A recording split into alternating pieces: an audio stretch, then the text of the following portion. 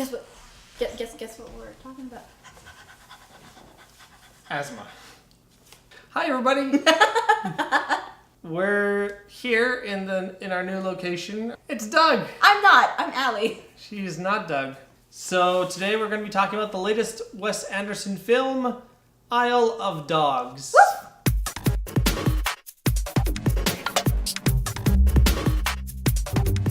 So, Allie, what were your thoughts on the film? I was a little bit, if I may be completely honest, I was a little bit pessimistic. Not so much of the storyline, but kind of like, how are you gonna keep all of these numerous dogs? Kind of like you remember who they are.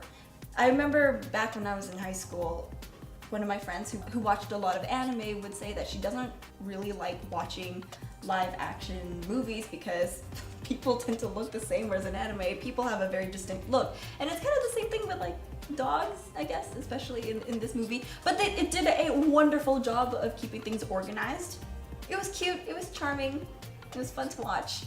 You know, it's interesting because sometimes it feels like it's a film with no clear audience.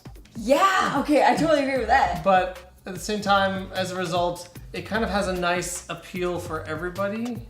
But what I can say is that it's definitely Wes Anderson. I don't know, have you seen a lot of Wes Anderson films? I've seen, what's it called, Mr. Fantastic Fox? Fantastic Mr. Fox. Just that one? Did Yes. you see the Grand Budapest Hotel? I didn't. That was actually on my list for a long time and something I never got around to. It's one of his like bigger hits. His style is always very dry and it's always very distinct. This one is kind of distinct from most of his catalog.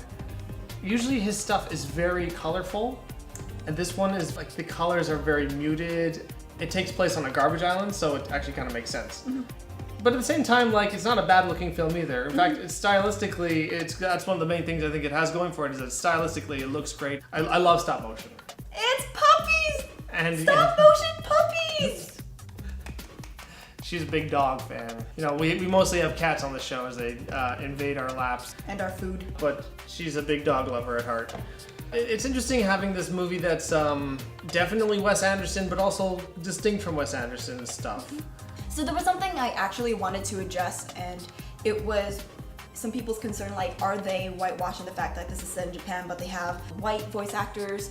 But it was actually so important, and I hope this isn't spoiler territory, but the fact that, like, Japanese actors were cast as the Japanese characters, which were the humans, and then because there's supposed to be that language barrier between dogs and humans, they have like the English translation, I guess that's what you want to say, to the audience. It shows that there's a cultural disconnect of like the understanding between dogs and humans. I wish I could understand dogs. Yeah. Could you imagine how awesome that would be? Food. That's what you'd be hearing most of the time. It's pretty predictable, I'm gonna be perfectly honest. Okay. Right from the get-go, when they introduce the characters, they have these tropes that are given to them, and you already know kind of if this character is gonna be dynamic, you know how they're going to develop into, but it doesn't mean that it's boring. It's akin to childhood movies where the plot may be similar to something else, but it doesn't take away from its charm or quirks. It is true. It kind of like goes through some very familiar motions as far as like character development goes, which is actually kind of unusual for Wes Anderson films. So if Wes Anderson was to make an animated adventure film, this is what it would be. Because it does have kind of like an adventure kind of storytelling. Like it goes through those rhythms of like, you have to go here to find out about this, and then you go here, and so you go from point A to point B to C to D, and then you learn about like the bigger grandiose picture of what's really going on, and everything you've learned along the way is what will to get you there. You know, it's pretty predictable, but at the same time, like, it doesn't feel like it's predictable when you're watching it because it's delivered with such character. And you know, as far as like the deeper themes, I almost feel like this film is like, I think it actually is just about the relationship between humans and dogs, and it's not actually metaphorical at all. The more I thought about it, the issues that it addresses with how like dogs view humans, it doesn't really translate into like any other like cultural relationship. It really feels like it is about the relationship between dogs and humans. It's like kind of like on the nose about it, because it's all about like, you know, masters and loyalty and like the duty of a dog and the psychology of a dog and like what it means to be a dog. It almost feels like legitimately Wes Anderson's love letter to dogs. What if we lost our dogs? Like it didn't seem to be about like what if we lost this piece of culture. Allie can't even comprehend a world where we lose all our dogs. I would be the little pilot. Yeah, you go searching for your doggy. You're not taking him away from me. One of the things I really liked about this movie was that there were some surprises. There were like jokes that kind of just hit you, that come out of nowhere. Yeah. And I think those were the best parts of the movie, where it was just like this outrageous, sudden burst of humor that comes in.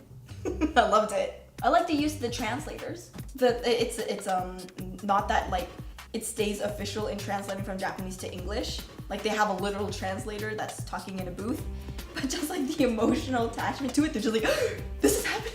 They become like a character in the Yeah, story. I really, really enjoyed that. I'm glad that this film didn't go in the route of like, you know, like a cats versus dogs kind of thing. I was kind of worried at a few points where there's gonna be like I mean, okay, all the villain humans had cats. It never became like about the cats. They were just kind of there, and I kind of appreciate that because I'm sick to death of movies where it's like cats are the bad guys and dogs are the good guys.